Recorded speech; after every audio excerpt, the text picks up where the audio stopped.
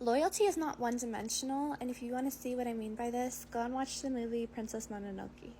And in particular, watch out for the boy, I don't know if I'm going to pronounce this right, Ashitaka. Go and look at his character, because throughout the movie, there's like references to the people in the village saying, oh, you're on the forest people's, the wolf side, the spirit side, and then the girl, she's like, oh, you're loyal to them. It's like, here's the thing, I think it's a good exercise in reanalyzing your own loyalties and values. Because to be loyal for the sake of staying safe in your own group setting is what most of us would do for survival reasons. But I mean, I think it's part of the fact that he's not fearing death because he knows he's going to die anyways, that he is then able to be kind of loyal to the whole, the better whole of both sides. To the greater whole, I mean.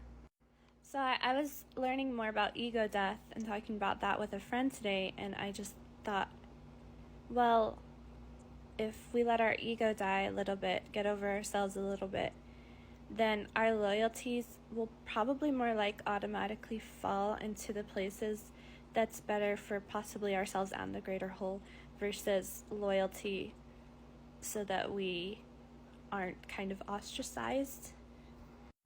And like ultimately that's like a true hero, really. And so it's not so black and white. It's not so obvious who's good and bad. In fact, he saves the person who you might think is like doing the worst thing by like getting the spirit animal in the forest and cutting out their head. That's gruesome. But like, and then that has huge ripple effects of killing so many people. Like, you might think that he's like, oh, she's the villain, but no, he goes to bring her back to the village. And I guess the person you might think of as like the most villainous is the guy with the weird flip-flops.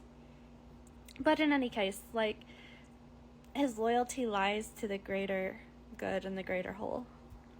And so I think it's a good invitation to examine our values and our loyalties, and the fact that maybe we should change our values as new information and necessity arises.